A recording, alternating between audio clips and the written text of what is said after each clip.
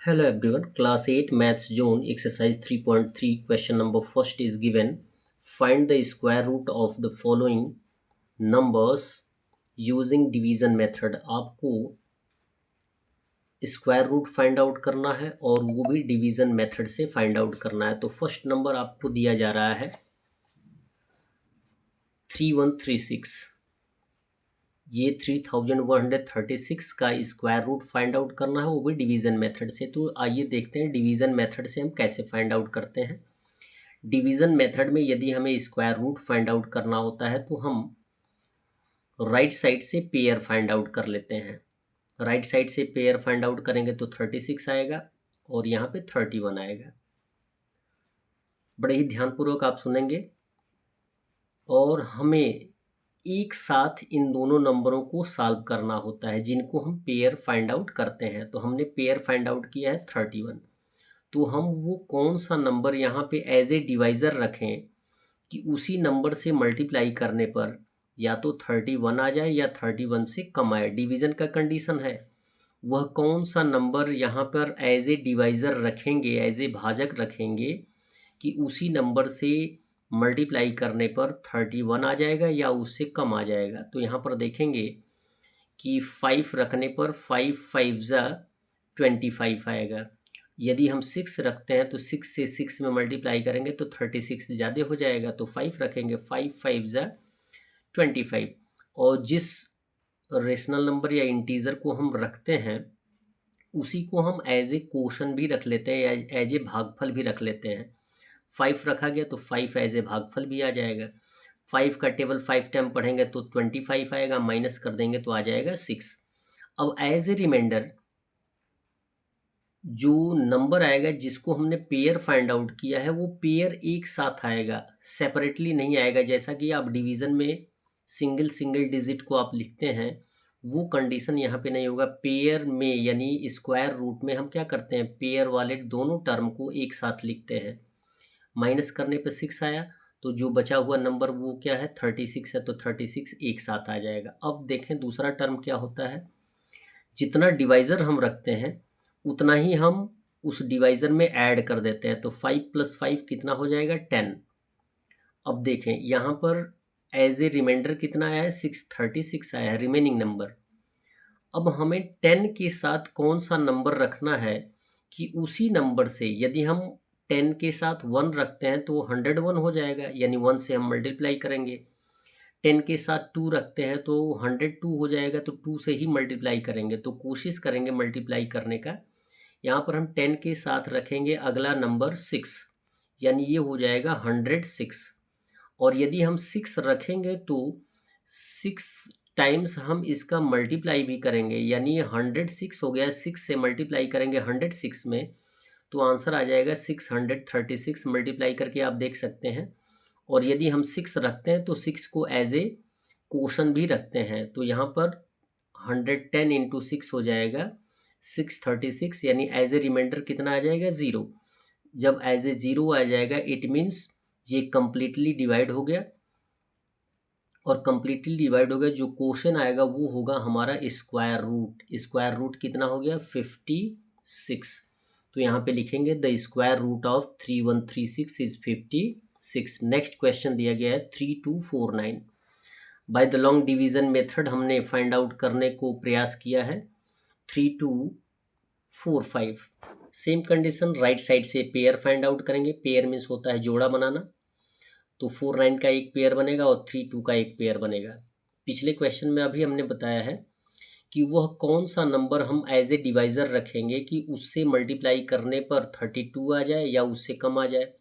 तो सीधा सीधा ये पता चल रहा है कि यदि हम 6 रखते हैं तो 6 6 जा कितना हो जाएगा, 36 ज़्यादा हो जाएगा तो 5 रख देंगे। 5 5 जा 25। जिसको हम रखते हैं उसी को हम क्वोशन के रूप में भी रख देते हैं। तो 5 आ गया क्वोशन के रूप में। तो 5 5 जा हो जाएगा 25, माइनस कर देंगे तो आएगा 7। अब जो रिमेनिंग नंबर हैं वो पेयर के रूप में ही आएंगे, यानी 49 एक साथ आएगा। तो ये हो जाएगा 749। अब क्या करेंगे, नेक्स्ट डिवाइज़र फाइंड आउट करने के लिए जितना हम एज ए डिवाइज़र रखते हैं उतना ही हम उसमें ऐड कर देते हैं। यानी 5 रखा गया तो 5 ऐड कर देंगे तो कितना आएगा, 10।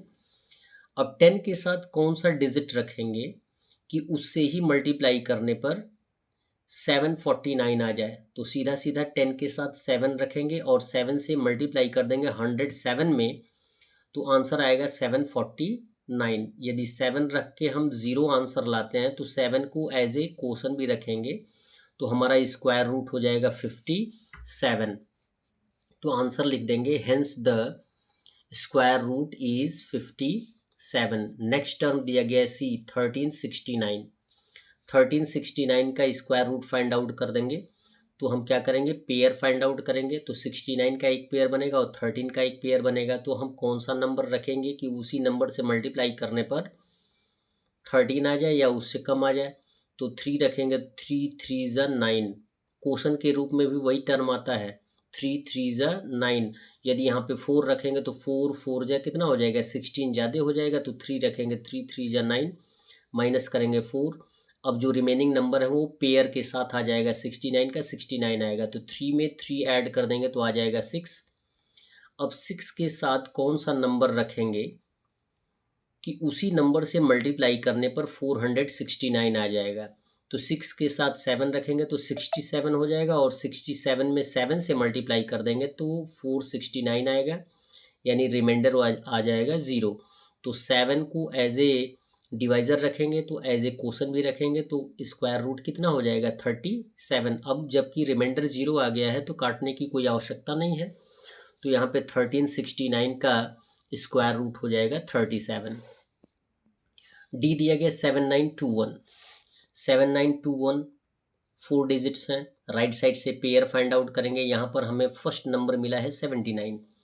अब हम कौन सा नंबर रखेंगे, 9 अगर रखते हैं तो 9 9 जा 81 आ जाएगा, यानी ज़्यादा हो जाएगा। 8 रखेंगे, 8 8 जा 64। अब देखें, बार बार बताने की आवश्यकता नहीं कि जितने को हम एज ए डिवाइज़र रखेंगे उतने को ही हम एज ए क्वेश्चन भी रखेंगे। 8 इंटू 8 कितना हो जाएगा 64, माइनस कर देंगे तो आ जाएगा 15। एज ए रिमेनिंग नंबर क्या आएगा 21 रख लेंगे एक साथ, क्योंकि ये हमने पेयर फाइंड आउट किया है। अब जितना रखेंगे उतना ही ऐड कर देंगे। 8 को एज ए डिवाइज़र रखें, 8 ऐड कर देंगे तो 16। अब 16 के साथ कौन सा डिजिट रखेंगे कि उतने से मल्टीप्लाई करने पर 1521 आ जाए।